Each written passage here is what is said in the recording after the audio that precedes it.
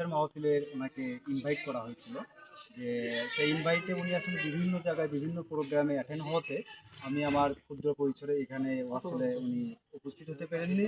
তবে উনি আসলে আমাকে বলছে যে আপনি আসলে আয়োজনটা অনেক সুন্দর স্বতঃস্ফূর্তভাবে করতে পেরেছেন।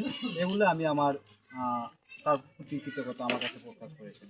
আর আপনারা দেখতে পাচ্ছেন যে আমি এখানে আসলে যে ইফতার মাহফিলটা আয়োজন করেছি, সেখানে আমি আমার মহিমগঞ্জ ইউনিয়ন যুবদলের আমার পাশে ভারপ্রাপ্ত আমার সিনিয়র বড় ভাই যে পাশে আমার সেক্রেটারি সাজুমিদ্দা ভাই আছেন।